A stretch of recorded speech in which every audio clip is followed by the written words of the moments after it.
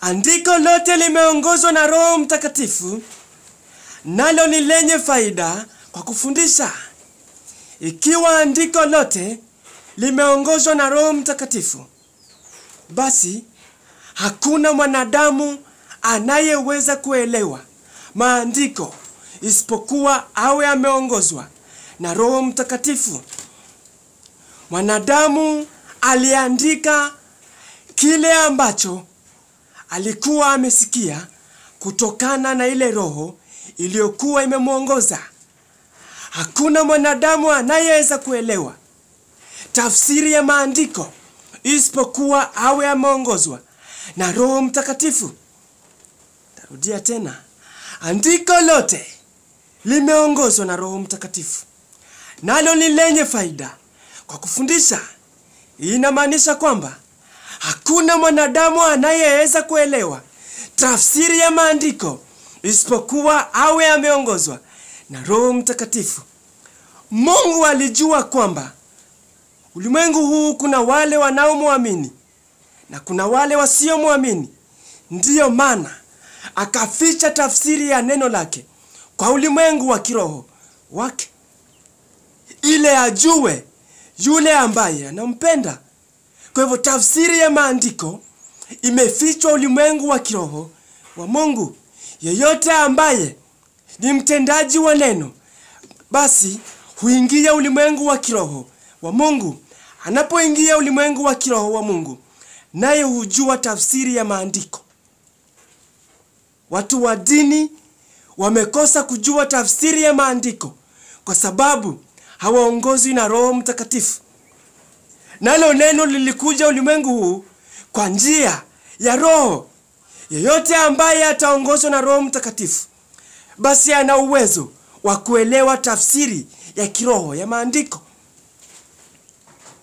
Kwa hivyo hauwezi kuelewa neno la Mungu, hauwezi kujua tafsiri ya maandiko ikiwa haujaongozwa na Roho Mtakatifu, kwa sababu Roho Mtakatifu aliwaongoza wanaume wakaandika kile ambacho walikuwa wamesikia kutokana na ile roho ambayo ilikuwa imewaongoza.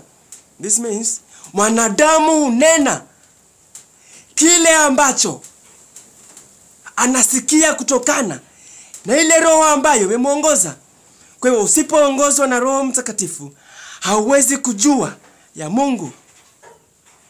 Kwa hivyo mwanadamu, akili yake iko na mwisho.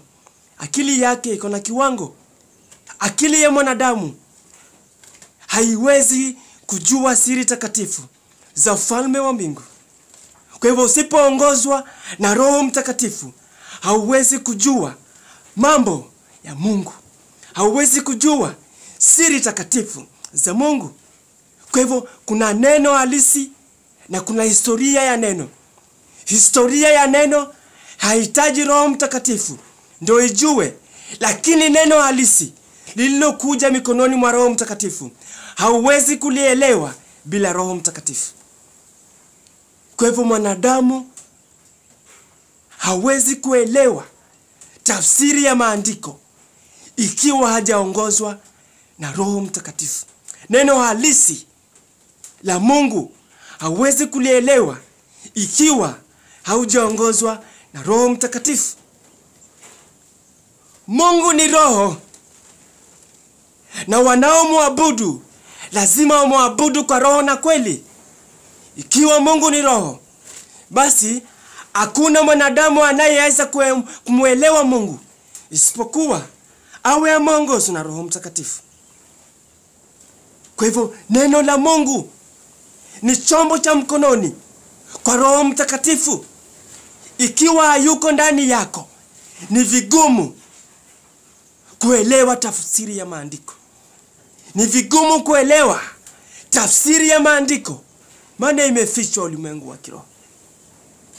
Kwa hivyo watu wa dini na wale wasiomwamini Mungu wamekosa kujua thamani ya neno la Mungu, kwa sababu hao watu si watendaji wa neno, ni wasikiaji wa neno. Na kwa sababu ni wasikiaji wa neno, wamekosa kujua tafsiri ya maandiko, tafsiri ya maandiko iko na Roho Mtakatifu. Usipoongozwa na Roho Mtakatifu, huwezi kujua tafsiri ya maandiko. Kwa hivyo Roho Mtakatifu ndiye msaidizi wetu. Anapokaa ndani yetu, lazima atatupatia tafsiri ya maandiko. Huwezi enda somea Biblia ukaelewa siri takatifu. Hakuna mahali popote unaweza ukasomea tafsiri ya maandiko, kwa sababu hizo ni siri za ufalme wa mbingu. Yeyote ambaye amejenga uhusiano wake kutokana na neno la Mungu, basi ana uwezo wa kuelewa tafsiri ya maandiko.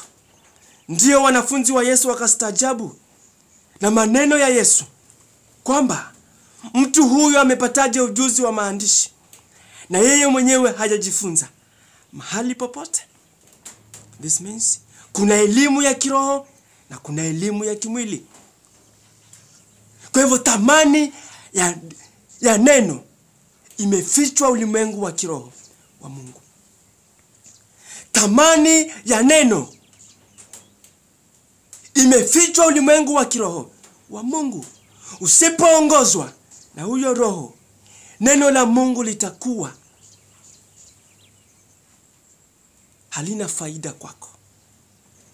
Usipoongozwa na Roho Mtakatifu, neno la Mungu litakuwa historia. Itakuwa kama physics, geography, kwa sababu thamani yake imefichwa ulimwengu wa kiroho. Usipoongozwa na Roho Mtakatifu, litakosa nguvu. Usipoongozwa na Roho Mtakatifu, chochote ambacho unakifanya kumhusu Mungu kitaonekana kuwa hakina nguvu. Kwa hivyo neno halisi hauwezi kulielewa ikiwa haujaongozwa na Roho Mtakatifu. Neno halisi,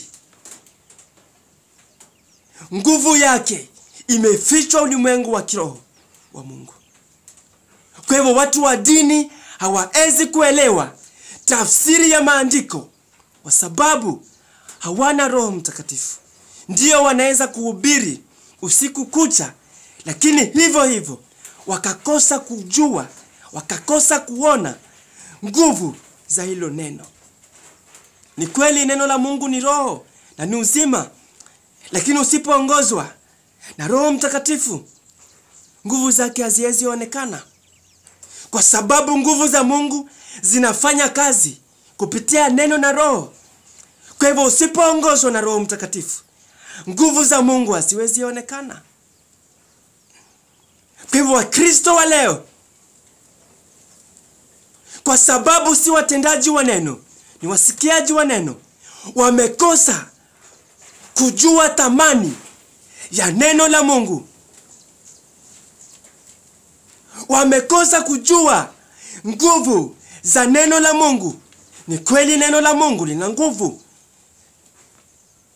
lakini kwa sababu hawana Roho Mtakatifu, ni kweli watahubiri, ni kweli wataliongea, ni kweli watalinena usiku na mchana, lakini kwa sababu hawana Roho wa Mungu, maneno yao yamekuwa chanzo cha matatizo. Neno la Mungu limekuwa chanzo cha vita, kwa sababu wanaolihubiri hawajaongozwa na Roho Mtakatifu. Wanaolihubiri hawajaongozwa na Roho Mtakatifu. Ndiyo maana neno la Mungu siku hizi limekuwa chanzo cha kero, chanzo cha shida, kwa sababu ya wale waliojiita. Wale waliojiita hulitumia neno la Mungu kufanya tamaa zao wenyewe. Hulitumia neno la Mungu kama kava ya kujizibia kufanya maovu yao. Wale waliojiita huiga hekima ya neno la Mungu, lakini hawapendi Mungu. Wamekosa kujua nguvu za Roho Mtakatifu. Wamekosa kujua thamani ya neno kwa sababu nguvu za Roho Mtakatifu zimekosekana. Kwa hivyo Mungu na neno ni kitu kimoja. Huwezi kusema unampenda Mungu na neno lake umelikataa.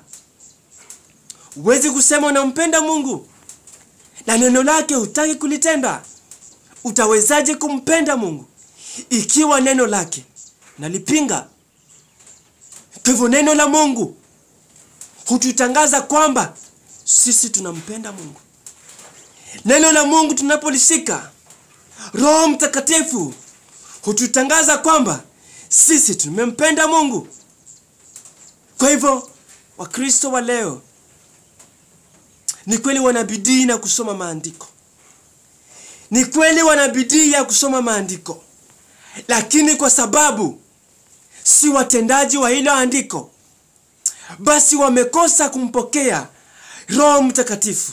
Naye Roho Mtakatifu huyo ndiye ambaye hutoa tafsiri ya maandiko, kwa sababu yeye ndiye aliyeleta neno la Mungu ulimwenguni. Kwa hivyo mwanadamu akitaka kuelewa tafsiri ya maandiko ni lazima aongozwe na Roho Mtakatifu, kwa sababu neno la Mungu lilikuja ulimwengu huu kwa njia ya Roho. Kwa hivyo usipoongozwa na Roho Mtakatifu huwezi kuelewa. Maana Mungu mwenyewe ni Roho. Mungu mwenyewe ni Roho. Kwa hivyo alilileta neno lake ulimwenguni kupitia malaika wake. Mwanadamu aliandika kile alichokisikia kutokana na ile Roho ambayo ilikuwa imemuongoza. Usipoongozwa na Roho Mtakatifu hautaweza kujua thamani ya neno. Utalisoma hivyo hivyo, lakini ukitoka hapo roho ya uzinifu iko. Ukitoka hapo roho ya udanganyifu ipo. Ukitoka hapo roho ya uwaji ipo. Na hivyo hivyo umekesha kusoma Biblia. Kwa hivyo thamani ya neno imefichwa ulimwengu wa kiroho wa Mungu. Yeyote ambaye ataongozwa na Roho Mtakatifu, basi ni lazima atajua thamani ya neno la Mungu. Si nimekusaidia? Kwa sababu najua una bidii sana ya kusoma maandiko. Kwa mwaka unaweza kusoma Biblia mara 3. Lote unasoma kurudia mpaka mara 3. Lakini hivyo hivyo roho ya uzinifu imezidi.